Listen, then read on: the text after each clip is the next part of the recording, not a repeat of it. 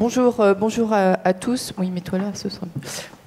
Ravi de vous retrouver si nombreux ce matin pour ce premier sommet du Grand Paris que je vais donc co-animer avec César. Je suis donc Dominique Pialot, je suis notamment en charge du pôle ville à la Tribune, auquel appartient d'ailleurs César, qui est, entre autres choses, spécialiste du Grand Paris.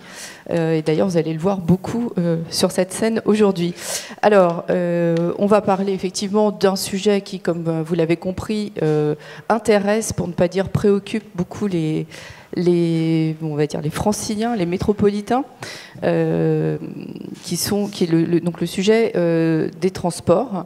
Hier, comme vous l'avez peut-être entendu dire, le trafic du RER A a été interrompu pendant 2 heures.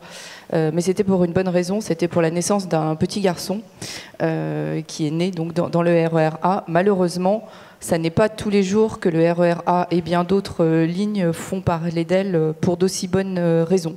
Et même lorsque tout fonctionne comme prévu, ça reste compliqué. Je ne sais pas combien d'entre vous sont venus par les transports en commun ce matin, mais c'est quand même... il y a beaucoup de monde.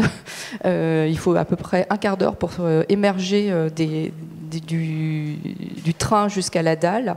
Et au-delà de ces anecdotes, il faut bien savoir que tous ces problèmes de transport dans la région comme ailleurs en France et ailleurs en Europe et dans le monde, ces problèmes ont un coût.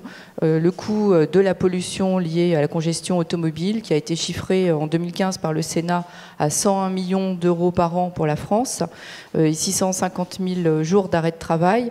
Et le coût des embouteillages, je vous donne quelques chiffres comme ça, je ne suis pas complètement redevable de leur fiabilité scientifique, mais c'est des chiffres qui sont quand même qui circulent, de 17 milliards d'euros par an en 2013, le coût des embouteillages, alors c'est à l'échelle de la France, hein, et si rien n'est fait, pourrait atteindre 22 milliards par an en 2030. Et bien évidemment, c'est un facteur négatif concernant l'attractivité de la métropole vis-à-vis des citoyens, mais aussi des entreprises et notamment des multinationales qui pourraient vouloir venir s'implanter en France. On en parlera plus tard d'ailleurs dans la matinée et près de Paris en particulier. Mais de toute façon, les chiffres sont implacables. On vous a présenté tout à l'heure les résultats du sondage et vous avez bien vu que les transports sont donc la préoccupation première des franciliens. C'est ce pourquoi ils ont les plus grandes attentes, puisque le sujet est cité en première intention, comme on dit, par 37% des personnes interrogées, et en cumul, ça atteint 76%, et c'est loin devant tout autre sujet. Je vais passer la parole à César pour rentrer dans le vif du sujet avec nos intervenants. On a un panel très riche, éclectique, complémentaire, malheureusement pas très mixte sur le plan du genre. Je me permets de souligner. On fera des progrès pour la 2e édition l'année prochaine. Compte sur... César, je t'en prie. Donc, tu n'as pas parlé, et donc je te complète là-dessus, sur le Grand Paris Express, qui va être quand même aussi un projet structurant pour l'Île-de-France. Même le gouvernement parle de chantier du siècle. Ça soulève des questions d'ingénierie, de travaux publics. La Société du Grand Paris est avec nous et on vous remercie, parce que je crois qu'il y avait un conseil d'administration ce matin. Voilà, donc on connaît tous les échéances, mais je vais les rappeler, puisque ça a été décalé dans le temps, pour toutes ces raisons techniques. Donc 2024 pour la Seine-Saint-Denis et pour les Jeux Olympiques, 2027 pour le plateau de Saclay, même si apparemment quelques jours avant à la préfecture on leur avait dit 2024, et 2030 pour le 95 et les Yvelines. Du coup, on voulait commencer par vous, Monsieur José Ramos, président de la Fédération régionale des travaux publics d'Île-de-France. Comment on va livrer en temps et en heure le Grand Paris Express ? Déjà, effectivement, on va s'adapter au planning qui nous a été donné par les arbitrages du gouvernement. Tout d'abord, on n'a pas le choix. On est là pour s'adapter à la commande du maître d'ouvrage. Donc on va essayer de rendre nos chantiers en temps et en heure. Et la fédération est là pour accompagner la mise en place des chantiers, mais pas pour remplacer le travail des entreprises et la relation technique avec les maîtres d'ouvrage. On est là aussi pour favoriser l'innovation de nos entreprises. Mais effectivement, celui qui va au final œuvrer. C'est bien toutes nos entreprises que l'on représente. Donc effectivement, on a travaillé depuis 2 ans et demi sur beaucoup de sujets, de conventions, d'organisation, de méthodes, de bonnes méthodes, en tous les cas des méthodes de bonne pratique, donc que l'on met en tous les cas en œuvre aujourd'hui. Ce qui est sûr, c'est qu'aujourd'hui, on le voit bien, l'Île-de-France attend ce chantier. Certes, on dit le chantier du siècle, et je pense que les entreprises aussi savent le dire. Donc on s'organise pour être au rendez-vous. Je crois que le rendez-vous, c'est quand même le plus important aujourd'hui. On le rappelle, c'est 2024. Hein, donc la priorité a été donnée par le gouvernement aux lignes desservant les différents lieux enfin en tous les cas où sont nécessaires pour les Jeux Olympiques. Donc on sera là pour être au rendez-vous et de respecter la commande, sans oublier qu'effectivement, sans aléas techniques et de concertation avec les maîtres d'œuvre, maîtres d'ouvrage, AMO et les différents opérateurs, au-delà de la Société du Grand Paris, les chantiers sont au milieu de la cité, donc avec des problématiques qui ne sont pas forcément liées directement aux travaux eux-mêmes, mais à leur environnement. Donc nos entreprises sont là pour tenir compte de ces aléas, de ces problématiques, donc de trouver des solutions justes, équitables, au meilleur prix, j'insiste, au meilleur prix, parce que c'est vrai qu'on est aussi là pour trouver des solutions techniques adaptées, mais aussi là pour trouver des solutions d'économie quand on le peut, mais on ne peut pas toujours, voilà, ça a des limites. Donc nos entreprises essaieront en tous les cas de répondre à la commande qui est faite par son maître d'ouvrage principal aujourd'hui, qui est représenté par la Société du Grand Paris. Et en tous les cas, on souhaite la bienvenue au nouveau président du directoire, que l'on doit croiser dans les jours qui viennent pour bien refaire le point de notre organisation, de notre travail avec Thierry Dallard, pour voilà, voir si nos entreprises que l'on représente sont en phase avec la feuille de route qui a été donnée par le gouvernement. Merci.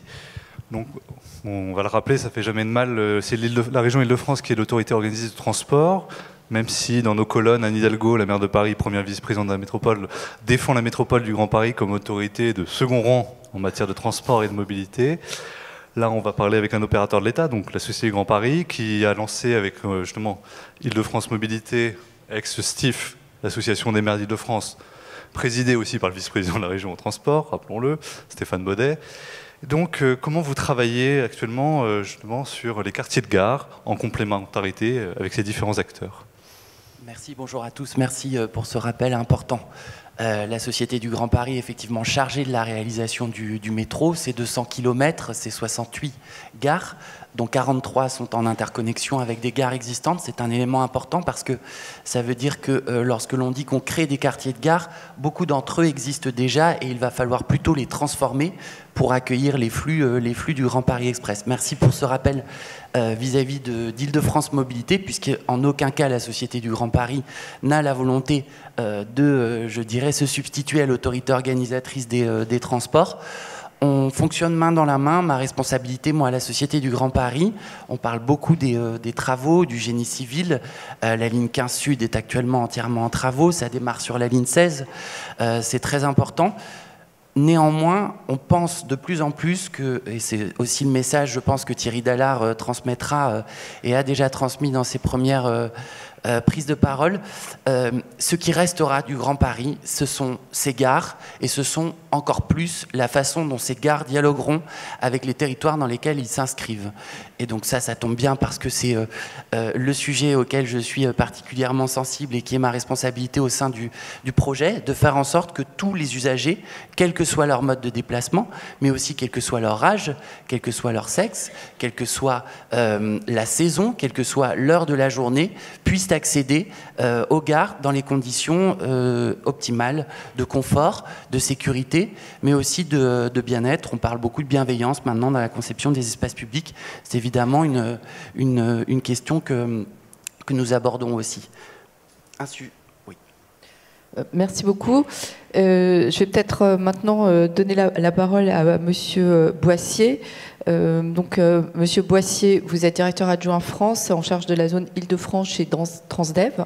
Vous êtes donc un opérateur de transport autre que le Grand Paris Express, mais néanmoins, vous avez un rôle à jouer directement lié justement à cette mise en chantier et puis surtout mise en service plus tard du Grand Paris Express. Peut-être vous pourriez nous rappeler brièvement ce qu'est Transdev aujourd'hui sur l'Île-de-France et en quoi vous êtes concerné directement par l'arrivée du Grand Paris Express. Oui, merci. Bonjour. Bonjour à tous. Transdev, c'est effectivement un opérateur de transport, un opérateur de mobilité présent dans de nombreux pays, une vingtaine de pays dans le monde, et qui opère tout mode de transport. Alors c'est vrai qu'en Île-de-France, on nous voit aujourd'hui surtout sur des bus et des cars, mais nous opérons des métros, des trains en Allemagne, en Suède, en Nouvelle-Zélande. On opère beaucoup de tramways dans les villes françaises, etc., etc. Donc, effectivement, nous proposons, nous sommes un acteur des mobilités en Île-de-France et nous pensons qu'il y a d'énormes opportunités qui s'ouvrent pour tous les opérateurs de transport en Île-de-France, vu l'ensemble des projets qui sont évoqués, et de grands enjeux, effectivement, d'interface et de coordination avec les grands donneurs d'ordre, maîtres d'ouvrage que sont la SGP, que sont Île-de-France Mobilité ou encore l'État. Alors, on parle beaucoup du métro express du Grand Paris, mais le Grand Paris des transports a d'autres composantes. Je pense qu'il faut les rappeler. Il y a d'abord, à très court terme, le Grand Paris, le Charles de Gaulle Express, pardon, je dis à court terme parce que là aussi les travaux vont démarrer l'État a également lancé une consultation pour choisir le futur opérateur de ce transport direct entre la gare de l'Est et Charles de Gaulle qui devrait être en service au 1er janvier 2024. Et donc Transdev fait valoir également déposer un dossier de candidature et une offre pour exploiter cette nouvelle ligne express qui sera un élément important de l'attractivité, je crois, du territoire et de la capitale. Ensuite, il y a d'autres projets de lignes structurantes. Il y a des tramways qui sont en cours de construction, de nouveaux tramways, notamment le T9 entre Choisy et Orly, le T10. Là aussi, Île-de-France Mobilité ouvrira à la concurrence l'exploitation de ces lignes. Et puis demain, ce seront les lignes du Grand Paris Express. Et donc 2024 pour la ligne 15 Sud, la première. Et là, je pense que les opérateurs porteront des offres d'exploitation avec des enjeux importants qui seront des enjeux d'interface avec les autorités organisatrices, d'interface avec le gestionnaire d'infrastructure, de qualité de service. La qualité de service, c'est beaucoup de composantes. J'en prendrai une toute simple, la propreté des véhicules. Je pense que c'est important, même si on a un véhicule, des moyens de transport qui sont à l'heure, qui sont réguliers. La propreté est essentielle. La régularité, évidemment, ce qui emmène des enjeux de maintenance, de disponibilité des équipements, d'interface avec les infrastructures. Et puis, une autre composante très importante qui est l'information voyageur, mais ça, je pense qu'on aura l'occasion d'en reparler. Et puis, si vous permettez, un dernier enjeu qui me semble essentiel dans tout ce dispositif, mais ça a déjà été évoqué, c'est les gares qui seront vraiment un lieu d'intermodalité entre ces futures lignes de transport à haut débit, que seront ces voies ferrées, ces métros, ces trams, et tous les autres modes de transport. Parmi les premiers, il y aura effectivement les lignes de bus qui sont des éléments essentiels pour rabattre, permettre à l'ensemble des voyageurs d'accéder à ces modes de transport. Donc il faut vraiment travailler de façon très précise et de façon complète l'intermodalité dans les gares du Grand Paris notamment. Oui, de façon à ce que les choses soient le plus fluides possible en fait, pour les voyageurs. Donc vous adaptez, y compris les horaires, en fait, l'amplitude horaire de vos lignes au moment où arrive un mode de transport plus lourd, pour pouvoir assurer la liaison avec le reste du territoire, c'est ça ? Oui, alors ça c'est un enjeu important. On pense souvent que lorsqu'on va mettre en place un tramway ou un métro, il y aura moins de bus puisque le tramway ou le métro va remplacer le bus. En fait, c'est toujours l'inverse qui se passe. C'est que cette nouvelle ligne de transport appelle des besoins nouveaux pour justement permettre d'accéder à cette ligne. Et puis, effectivement, des renforts en fréquence et en horaire. Parce qu'évidemment, l'essentiel dans un système de transport, de mobilité, c'est la confiance. La confiance que le voyageur peut accorder à ce système.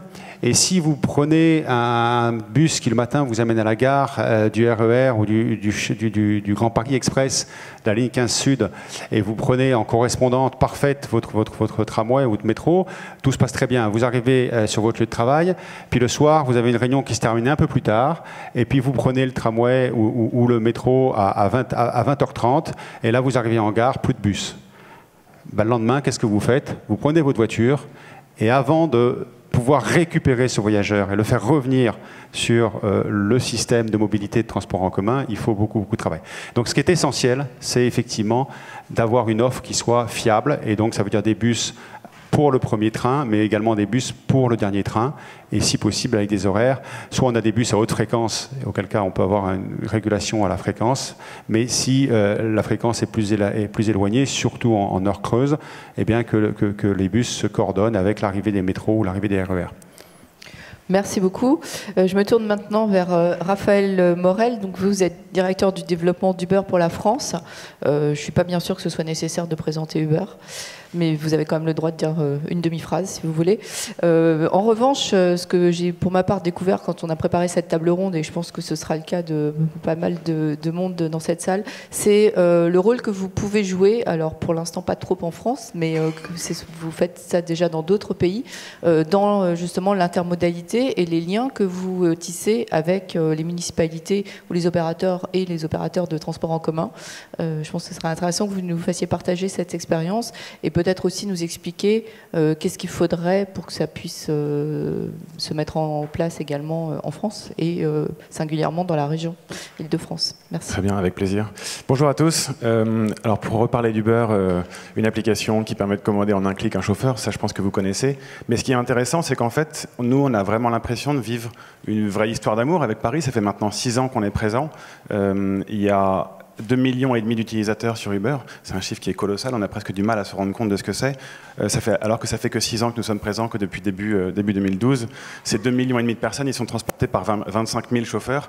Donc on a accès dès aujourd'hui à cette nouvelle forme de mobilité qu'on n'aurait jamais pu imaginer il y a maintenant 5, 6 ou 10 ans et qui permet tout simplement à des gens de se déplacer.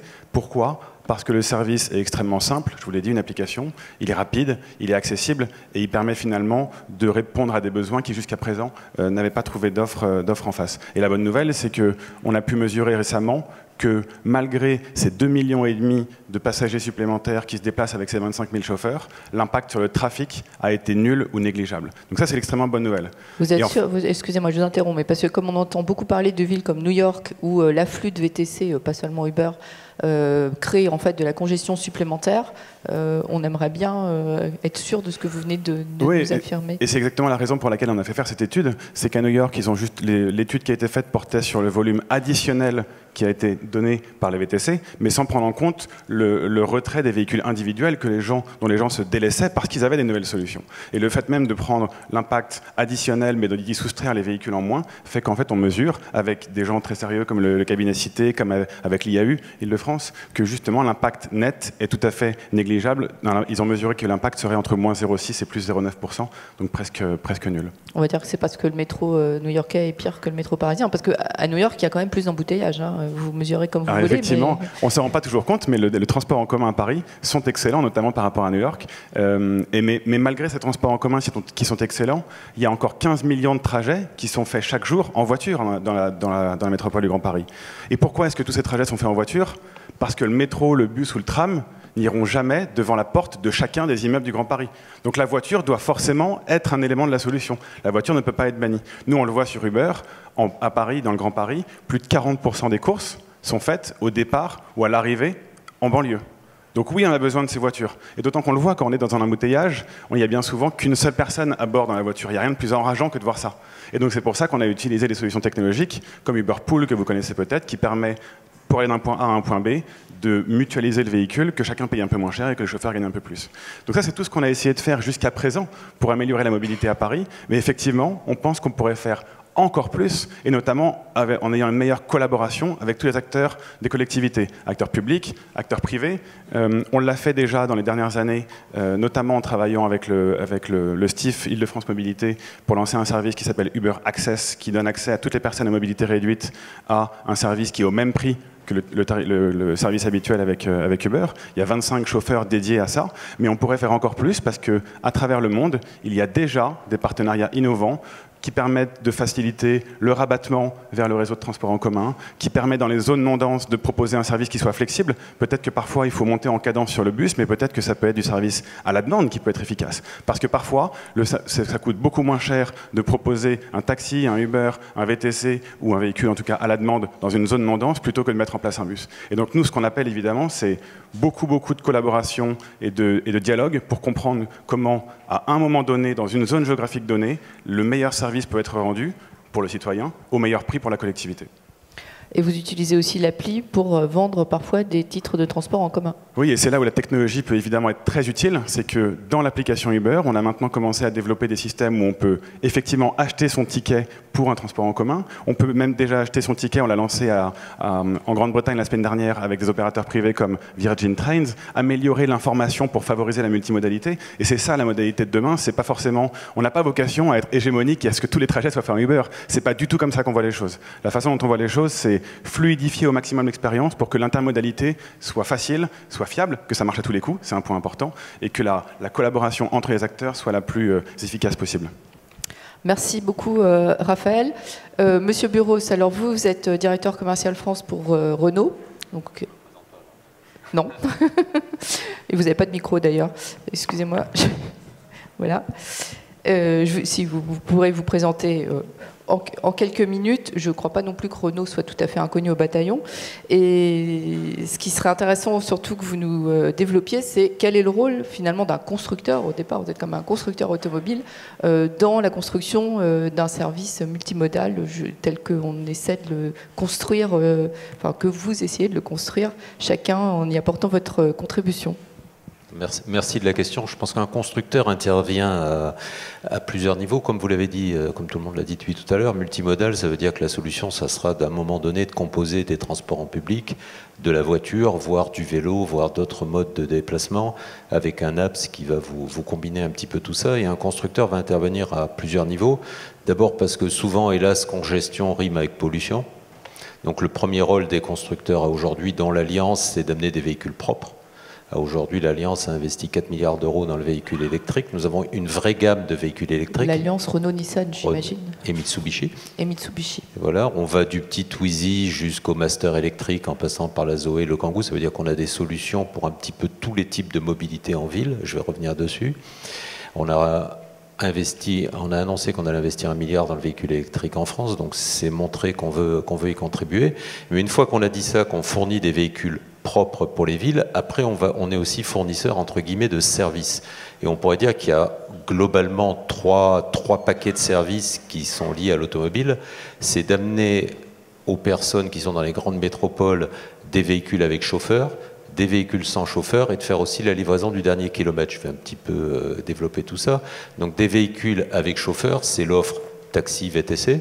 On a acquéri avec notre filiale RCI Bank & Services une société de comparateurs qui vous permet de savoir quand vous voulez aller d'un point à un point B s'il vaut mieux prendre telle société de taxi, telle société de VTC en fonction de leur disponibilité et du coût. On a également acquis sur Paris une société Marcel qui est une société de VTC qui va se spécialiser dans le VTC vert avec la voiture électrique pour tous les motifs de pollution que vous pouvez imaginer. Ça, c'est, j'allais dire, le premier paquet. Ensuite, pour les usagers, vous avez ce qu'on appelle la voiture sans chauffeur. C'est la possibilité avec un smartphone, demain, de prendre une voiture n'importe où en ville. Alors ça, vous l'avez soit à travers des loueurs. Renault a un loueur qui s'appelle Renault Rennes, qui a 2000 voitures connectées en France aujourd'hui. Vous montez sur Internet, vous réservez votre voiture avec votre smartphone, vous l'ouvrez, vous la fermez, enfin comme vous pouvez faire dans d'autres villes ou dans d'autres services. Et le troisième paquet dont on ne parle pas trop, dont a parlé Patrick Ollier tout à l'heure, c'est la livraison du dernier kilomètre, c'est-à-dire qu'on sent qu'une partie des embouteillages du centre-ville viennent des livraisons. Donc ça va être, le deal va être d'avoir des aires où on va dire les 38 tonnes vont pouvoir décharger et après passer du 1 mètre cube, 2 mètres cubes, 3 mètres cubes dans des petits ou moyens véhicules électriques et livrer ça en centre-ville.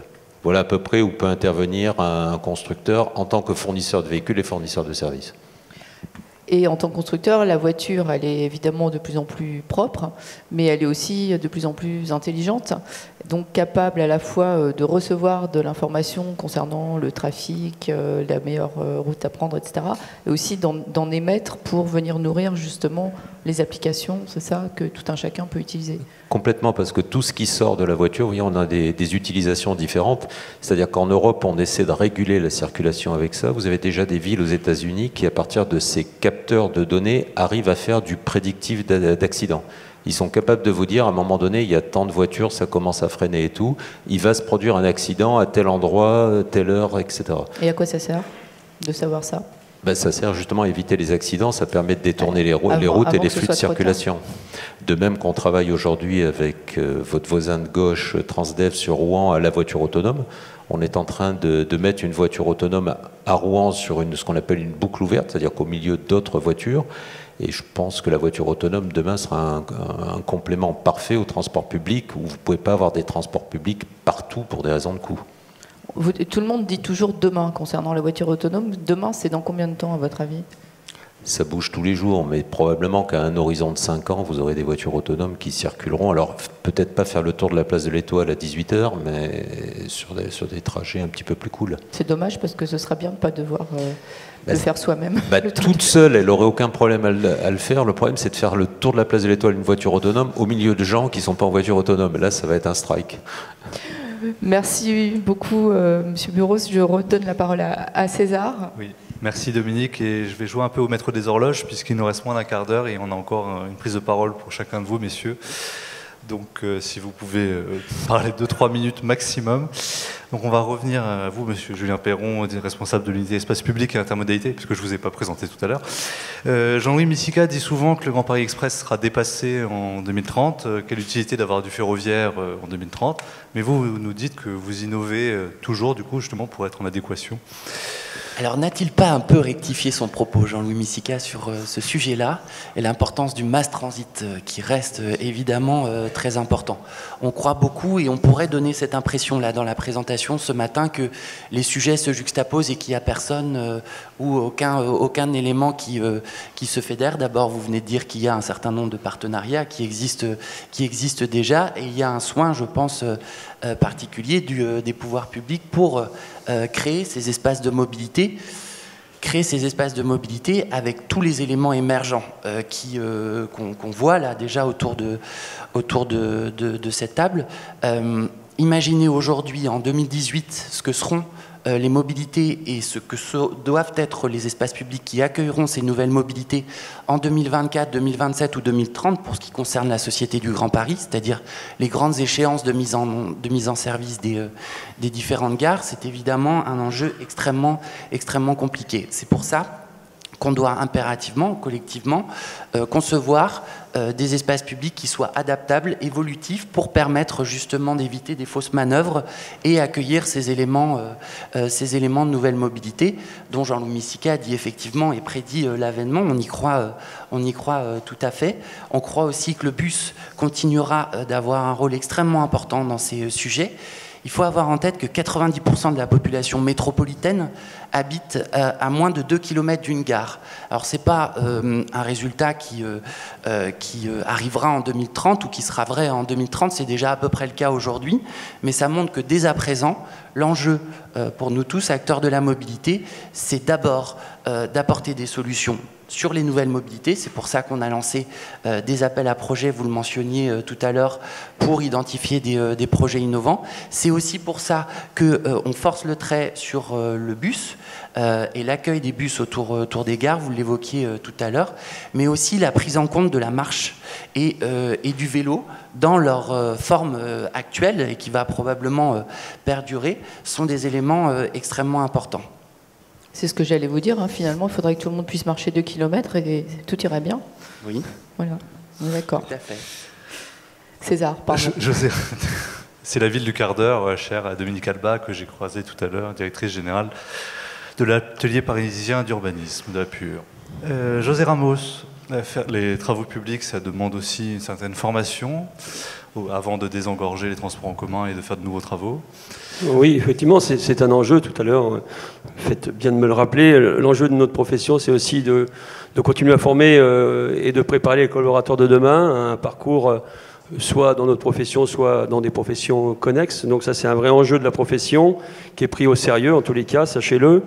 Avant de parler effectivement de la problématique du transport d'aujourd'hui, de demain, mais pendant les travaux surtout, hein, parce qu'on est tous prêts à accueillir le Grand Paris Express une fois qu'il sera fini, je l'espère en tous les cas fin 2030, mais le calendrier nous a imposé des modifications de planification, donc certains territoire qui est quand même important, qui est le plateau de Saclay, qui a été mis en tous les cas dans le calendrier plutôt à la fin de notre calendrier de travaux du Grand Paris Express. Donc il ne faut pas oublier effectivement le désengorgement de ce site qui aujourd'hui attendait des transports en commun en 2024, vous l'avez dit tout à l'heure. Donc il faut s'organiser avec des moyens autres, ou en tous les cas peut-être de travailler sur du TCSP, d'autres programmes de TCSP, d'autres de tram, de sujets en tous les cas connexes, sans oublier l'entretien du réseau existant, parce qu'on le voyait hier, un problème certes pas lié à des problèmes techniques, mais des problèmes humains. Mais aujourd'hui, on a la ligne A qui est quand même saturée, archi-saturée. On a, même si les efforts sont faits par les RATP avec une augmentation, j'essaie d'aller très vite, une augmentation de 10%, parce que vous m'avez accordé de réduire le délai, mais sans oublier effectivement l'effort qui est fait sur l'entretien sur les réseaux du quotidien. Donc nous sommes attentifs. Donc voilà un peu les chantiers que nous pouvons avoir dans la profession. Donc résorber le quotidien, améliorer la transition entre le nouveau transport qui va pouvoir irriguer en tous les cas les territoires au-delà de Paris et Petite Couronne. Donc voilà, donc dans tous les cas nous sommes attentifs aux différentes commandes, nous sommes acteurs de tous les maîtres d'ouvrage qui souhaiteront en tous les cas s'identifier sur la mobilité en Ile-de-France. Alors je reprends la parole, je me tourne à nouveau vers Monsieur Boissier. L'avantage aussi de modes de transport plus agiles que ceux dont on vient de parler, c'est que vous pouvez pallier dès aujourd'hui des aléas tels que la météo ou des incidents d'exploitation, comme on peut dire pudiquement pour parler aussi des grèves, mais également dans ce cadre de changement de calendrier, pour ne pas dire retard, vous jouez un rôle, vous pouvez vous adapter et proposer des solutions alternatives. Oui, effectivement, je pense que le différents modes de transport, dont le bus, permettent effectivement d'apporter sans doute des solutions pour attendre, entre guillemets, l'arrivée des modes lourds. Et donc on va y travailler de façon active. On y travaille avec Île-de-France Mobilité et les différentes collectivités locales impliquées. Comment apporter des solutions transitoires pour renforcer l'offre existante.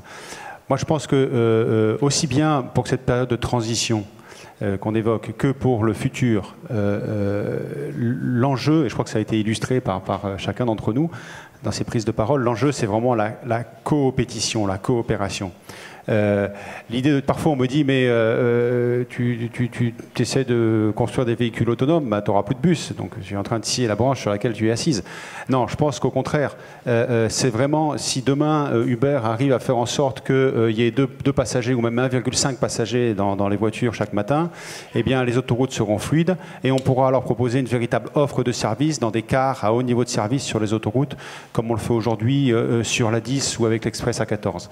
Donc plus on va fluidifier le trafic, plus on pourra offrir une offre de service compétitive, efficace et bien interfacée avec le système. Donc c'est vraiment sur la coopération ça se base. Et on a deux exemples de coopération qui illustrent bien cela. Monsieur Buros l'a expliqué, on construit avec Renault et VDCom un projet de véhicule autonome. Il est en cours d'expérimentation à Rouen et au mois de septembre, on va le déployer sur le plateau de Saclay.